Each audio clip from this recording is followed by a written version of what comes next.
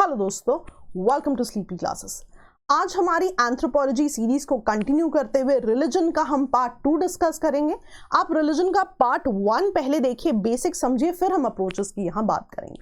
But जैसा मैं हमेशा कहती हूँ, सीरीज को बेसिक से शुरू करना जरूरी है। If it's your first class, start from day 3, culture, civilisation, family, marriage, economic anthropology, political anthropology, then come to religion, फिर आज के टॉपिक की आप बात करेंगे। चलिए, coming back to the approaches to the study of religion. Now मैं हमेशा ये चीज कहती हूँ कि एंथ्रोपोलॉजी की ब्यूटी ये है कि जितना ये कंटेम्प्रेरी सोसाइटी को स्टडी करती है, उतना ही ये प्रिमिटिव सोसाइटीज को भी स्टडी करती है। इसका मतलब है कि आपको जो एकेडमिक अप्रोच रखनी है रिलीजन की, that will be wider from the point that you know about religion. आपको रिलीजन, लेट्स से अगर हम इन जनरल बात करें, जो चीज़ें हमारी रोज़मर्रा की ज़िंदगी में है, जो हम टीवी पे देख रहे हैं, इंटरनेट पे पढ़ रहे हैं, उन चीज़ों तक सीमित होती हैं। व्हेन यू स्टडी एंथ्रोपोलॉजी, आपको एकेडमिकली सोचना है कि बहुत सारे ऐसे पैरामीटर्स होंगे रिलीजन के जो कि कंटेम्प्रेरी सोसाइटीज़ के होंगे, बहुत सारे ऐसे रिलीजन होंगे जो कि प्रिमिटिव सोसाइटी के भी होंगे, राइट। अब आज हमें पढ़ना है कि अप्रोचेस क्या रही हैं to the study of religion. Now you will have to understand कि हर एक स्कॉलर की अप्रोच जो है सेम नहीं हो सकती, हर एक स्कॉलर का व्यू पॉइंट ऑन रिलीजन जो है सेम नहीं हो सकता। इसको समझने का बहुत सिंपल सा तरीका है कि मान लीजिए हम रिसर्च की बात करें, राइट। तो रिसर्च टेक्निक्स या रिसर्च मेथोडोलॉजी की जब हम बात करते हैं, इसमें एक बहुत अच्छा पार्ट जो है वो होता है एथनोग्राफी। जब स्कॉलर्स किसी भी रेस या कल्चर के बारे में पूरी पढ़ाई करते हैं, राइट। एक और चीज क्या होती है, पार्टिसिपेंट ऑब्जर्वेशन, राइट, जो कि एंथ्रोपोलॉजी में बहुत फेमस है कि अ lot of anthropologist actually visit these tribes, visit these societies, और उनके साथ रह के ऑब्जर्व करके वो जो है कंक्लूजन्स पे आते हैं। So why I am telling you this is कि जब हम अप्रोचेस की बात करेंगे तो हम डिफरेंट स्कॉलर्स के हिसाब से क्या अप्रोच रही है, किस तरह से एवोल्यूशन हुआ होगा रिलीजन का, वो पढ़ेंगे। तो एकेडमिकली जब भी आप आंसर लिखेंगे, आप स्कॉलर्स के पर्सपेक्टिव से लिखेंगे कि किसको क्या सही लगा, किसके लिए क्या सही अप्रोच रही, राइट। फॉर एग्जाम्पल, मैं आपको अगर पिछले क्लास का थोड़ा रिवीजन करा दूं, हमने वहां पे डरकाइम की बात की थी। तो डरकाइम के हिसाब से उन्होंने पढ़ा था अरुंटा ट्राइब के बारे में। तो अरुंटा ट्राइब के बारे में उन्होंने क्या पढ़ा, एथनोग्राफी पढ़ी थी उन्होंने उनकी, और उन्होंने क्या वहां पे देखा कि ट्राइब के लोगों को लगता था कि जब वो पास आते हैं, जब वो साथ में मिलते हैं, तब उन्हें जो है एक कलेक्टिव एफर्वेसेंस की फीलिंग आ रही थी, एक फीलिंग ऑफ एक्सटेसी आ रही थी, राइट। बहुत खुश हो रहे थे वो। ऐसा क्यों हो रहे थे, उन्हें कभी समझ ही नहीं आया। What they did not understand कि ये जो फीलिंग थी खुशी की, इसलिए आ रही थी बिकॉज जो हंटर गैदरर लोग जो अभी तक अलग अलग रह रहे थे, अब they were coming into a community, they were actually forming a society. But क्योंकि initially they could not understand it, उन्हें लगा कि ये जो पत्थर है, जब हम इसके पास इकट्ठा हो रहे हैं तब हमें ये फीलिंग आ रही है, या ये जो पेड़ है जिसके पास हम इकट्ठे हो रहे हैं तब हमें ये फीलिंग आ रही है। तो वहां पे डरकाइम के हिसाब से ऐसी सोसाइटीज में जो है टोटम बहुत इंपॉर्टेंट था। अब टोटम क्या है कि जिसकी वजह से, जिसको लेट्स से इस ऑब्जेक्ट को सुपीरियर माना गया, और जिन जिन लोगों ने उसको सुपीरियर माना उन्होंने अपना एक कल्ट बना लिया। तो ये भी एक रिलीजन का फॉर्म है, जहां पे हम कल्ट्स की बात करते हैं, सोसाइटी की बात करते हैं जो किसी पर्टिकुलर ऑब्जेक्ट को जो है सुपीरियर मान रही है। तो अकॉर्डिंग टू डरकाइम, टोटम जो है या टोटमिज्म जो है आपका one of the earliest forms of religion रहा होगा। But this is according to him. When I talk about different people, तो उनके different approaches रहेंगे। कुछ approaches का, before I go to the scholars, आप example समझिए। तो यहाँ पे हम evolutionary approach की बात करेंगे कि initial evolution कैसे हुआ होगा, यहाँ पे scholars इस चीज की बात कर रहे हैं। Although दो और तरह की approaches भी हैं, आज हमारा focus है evolution पे। Now मैं आपको बेसिक बताती हूँ। Now डिफरेंट तरीके की चीजें आपको पता लगेंगे। आप देखोगे कहीं पर people will talk about माना, राइट। माना बेसिकली इज मोर लाइक कि आपकी एक इम्पर्सनल फोर्स है, आपने किसी भी चीज को एक सुपर नेचुरल चीज से जो है जोड़ दिया, राइट। आप इन जनरल कहते हो इन पे तो जी हाथ है किसी का, या लेट्स से बहुत अच्छा एग्जांपल देती हूँ मैं आपको, यहाँ लिखोगे नहीं बट समझने में इट विल हेल्प। मान लो आप एक बहुत, आपकी कोई एग्जाम है और आप जो है सोचो ये रेड कलर की शर्ट अगर मैंने पहनी तो मेरा तो एग्जाम बहुत ही बढ़िया जाएगा, तो आप हर एग्जाम में वही रेड कलर की शर्ट पहनते हो। सो बेसिकली आपने एक सुपरनैचुरल फोर्स की यहां पर बात कर दी है। यहां पे एटलीस्ट आपको पता है कि शर्ट आपको नजर आ रही है, यहां पे जरूरी नहीं है कि वो चीज आपको नजर आए। इसका एक बहुत अच्छा एग्जाम्पल है, फॉर एग्जाम्पल कि मान लीजिए कोई ट्राइब का लीडर है, ठीक है। अब ट्राइब का लीडर जो है हमेशा सारी जो है लड़ाइयां जीत के आता था, तो जब तक तो जीत के आया तो सबने कहा कि इनका माना तो जी बहुत स्ट्रांग है, the supernatural force on him, जो इम्पर्सनल फोर्स है वो बहुत ही ज्यादा स्ट्रांग है। The moment he starts losing, tribe के लोग स्टार्टेड सेइंग कि इनका तो माना जो है वीक हो रहा है। तो ये जो सुपरनैचुरल है, ये जो इम्पर्सनल फोर्स है, याद रखना परमानेंट नहीं है, राइट। सिमिलरली पॉलीथीज्म, अब पॉलीथीज्म एक ऐसा पार्ट है रिलीजन का जहां पे आप सबका काम डिसाइड कर देते हो कि मान लीजिए 4 गॉड्स हैं, 5 गॉड्स हैं, हर एक का जो स्कोप है वो अलग होगा। यहां पे आप एग्जांपल माओरी ऑफ न्यूजीलैंड का दे सकते हो कि god of sea, god of forest and god of agriculture अलग अलग है, तो स्कोप डिफाइंड है। एक और तरह का जो फॉर्म ऑफ रिलीजन देखा जाता है मोनोथीज्म, कि वहां पे एक ही गॉड सुप्रीम है, वही बताएंगे कि किस तरह से जो है सब चीजें होंगी। अपार्ट फ्रॉम दिस, जैसे मैंने डिस्कस किया टोटमिज्म, राइट, अरुंटा ट्राइब की हमने बात की कि around that object people formed a cult, around that object people found kinship, वहां से अकॉर्डिंग टू डर्कहाइम सोसाइटी की शुरुआत हुई। सिमिलरली बहुत सारे फॉर्म्स ऑफ रिलीजन ऐसे होते हैं जहां पे सोशल एंड पॉलिटिकल वर्ल्ड्स बहुत ज्यादा इंटरमिंगल्ड होते हैं। इसका बहुत अच्छा एग्जांपल पहले फेरोज इन इजिप्ट होता था, तो ये होते थे वहां पे पॉलिटिकल ऑफिशियल्स, राइट, बहुत पहले, राइट, लेकिन वही लोग जो है टेंपल के ऑफिशियल्स भी होते थे। तो अल्टीमेटली आपका सोशल और political world was interlinked. So basically यहां पे बात इसकी है कि जो सुप्रीम पोजीशन पे है, जो सुप्रीम पावर पे है, वही रिलीजन को भी कंट्रोल करते थे।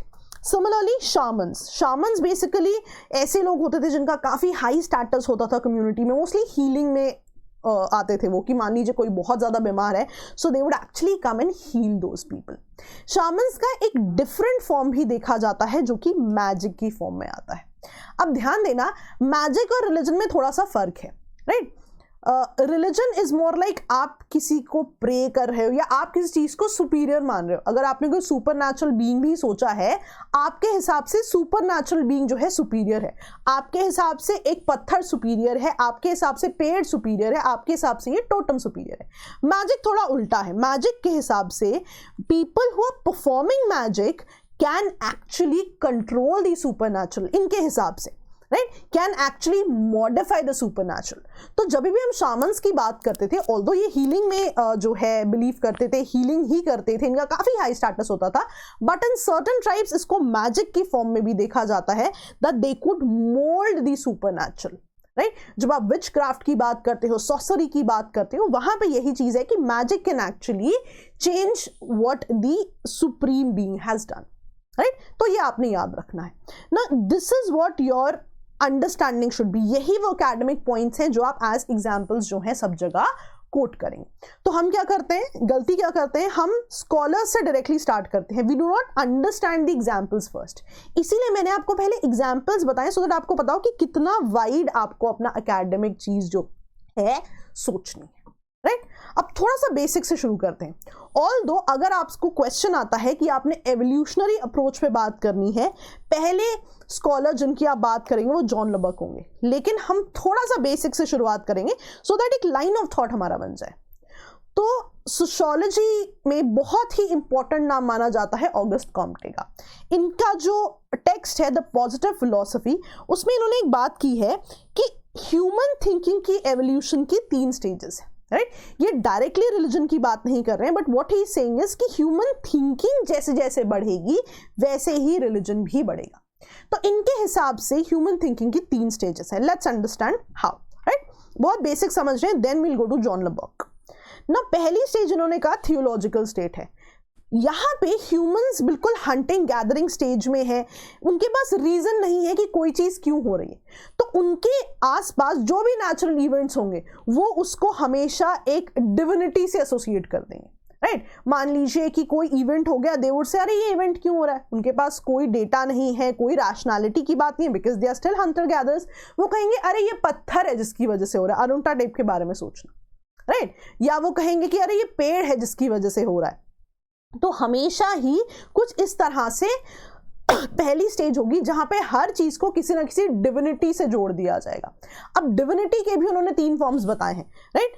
अब पहला फॉर्म क्या है, फेटिशिज्म, कि आप जो है किसी भी नॉन लिविंग ऑब्जेक्ट को मान लेते हैं कि ये सुप्रीम है, राइट, ये पत्थर जो है सुप्रीम है।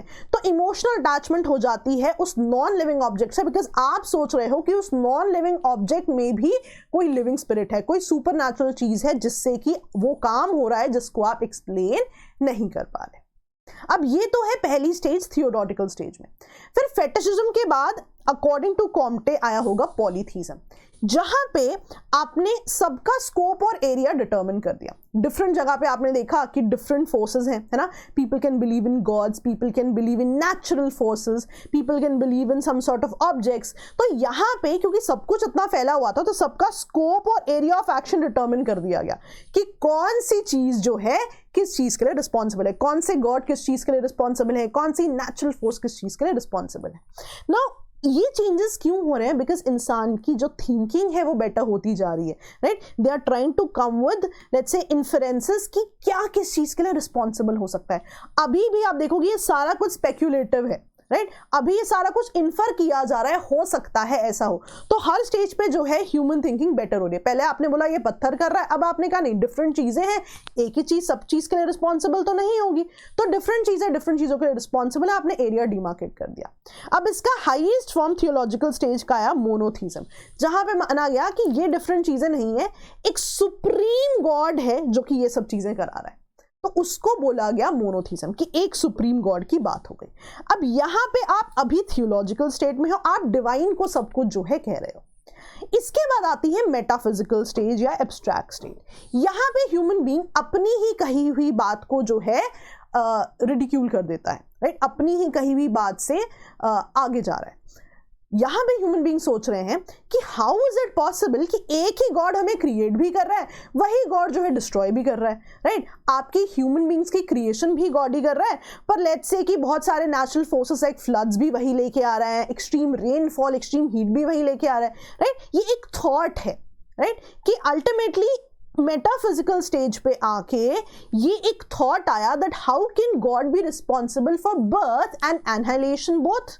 तो यहां पे कहा गया कि कोई गॉड जैसी चीज नहीं है, बल्कि एक फोर्स है जो कि डिटरमिन कर रही है कि इवेंट्स कैसे होंगे।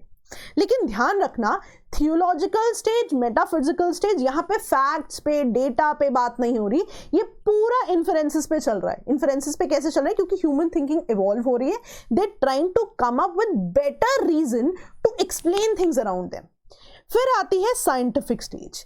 ये स्टेज है जहां पे आपके पास फैक्ट्स आ गए, ये स्टेज है जहां पे आपके पास चीजों के रीजन आ गए, राइट। आपको अगर मैं बहुत छोटा सा एग्जांपल दूं, एग्जाम में नहीं लिखा जाएगा, आपको पता है कि बारिश इवेपोरेशन की वजह से हो रही है, बारिश के लिए कोई फोर्स रिस्पॉन्सिबल नहीं है। अगर हम देखें तो यहां पे रैशनैलिटी की बात होती है। तो साइंटिफिक स्टेज जो होगी ह्यूमन थिंकिंग की, वहां रैशनैलिटी की बात होगी और वहां पे सुपरस्टिशन की कोई जगह नहीं होगी। This is what August Comte says.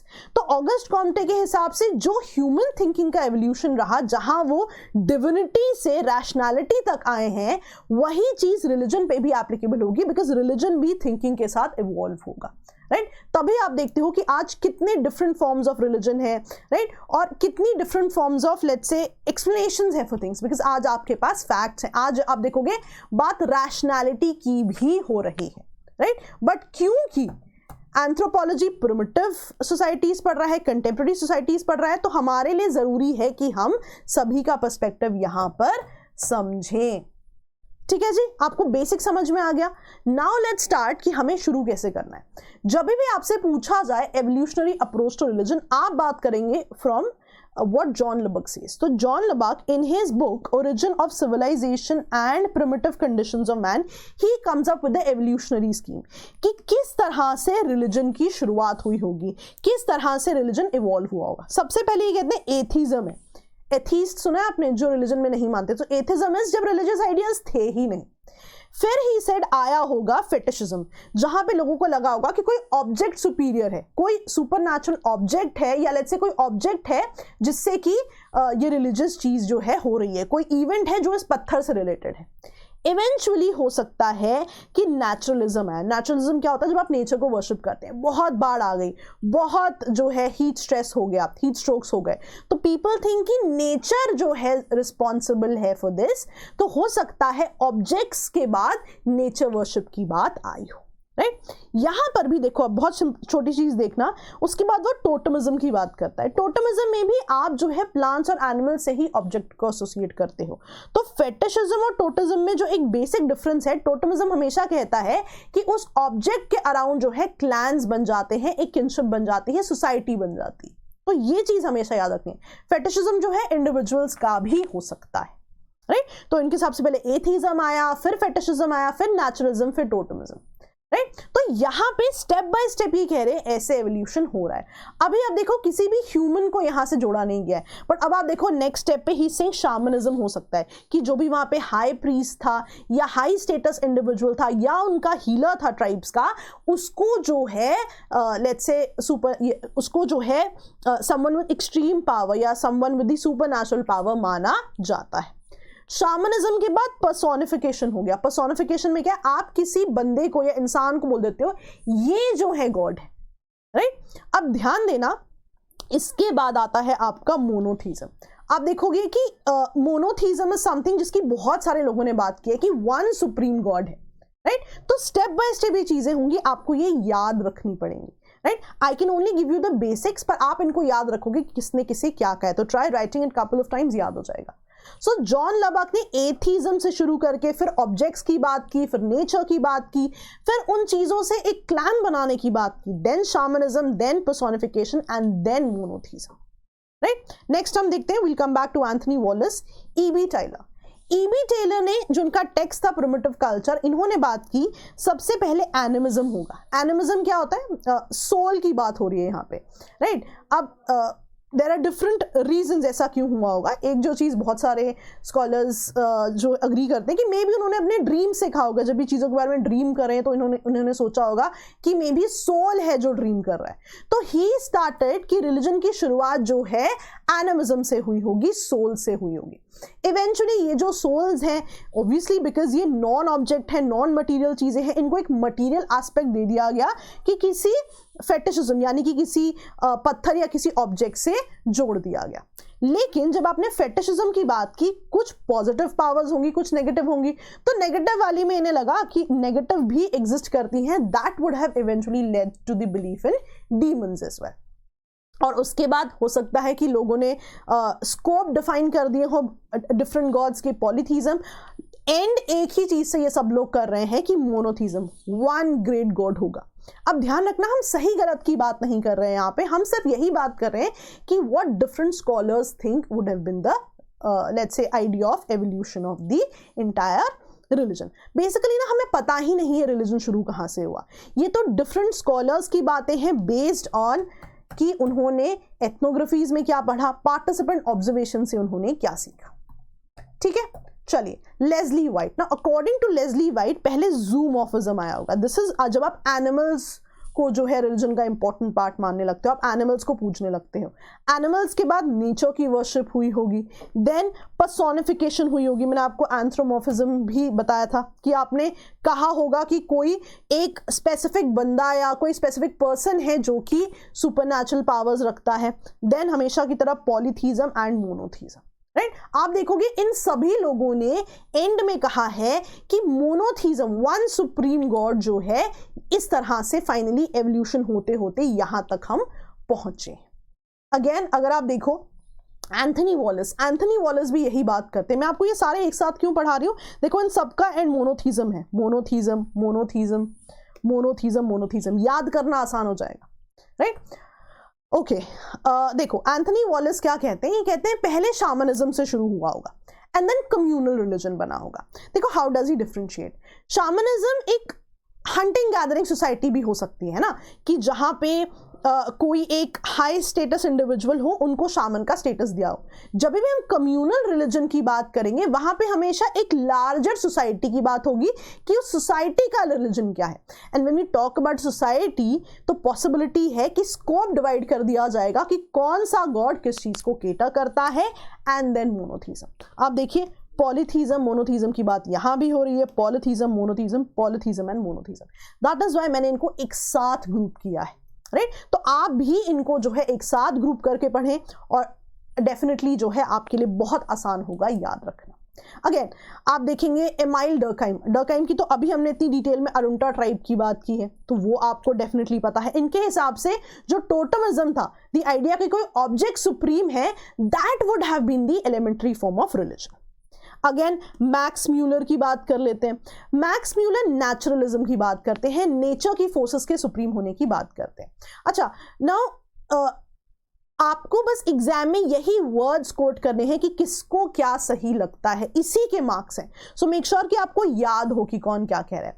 Next sir James Fraser, ये मैजिक थ्योरी की बात करते हैं कि मैजिक जो है सुप्रीम रहा होगा। अब याद है आपको मैंने मैजिक और रिलीजन में मैंने आपको यहाँ पे डिफरेंस बताया था जब मैंने आपको शामन्स की बात की थी कि एक बेसिक डिफरेंस क्या है कि मैजिक में लोग अज्यूम कर रहे हैं कि जो रिलीजियस फोर्सेस हैं वी कैन कंट्रोल देम। तो जब भी आप सॉर्सरी विचक्राफ्ट की बात करते हैं तो इनके हिसाब से मैजिक थ्योरी से जो है एब्सोल्युटली शुरुआत रही होगी, राइट।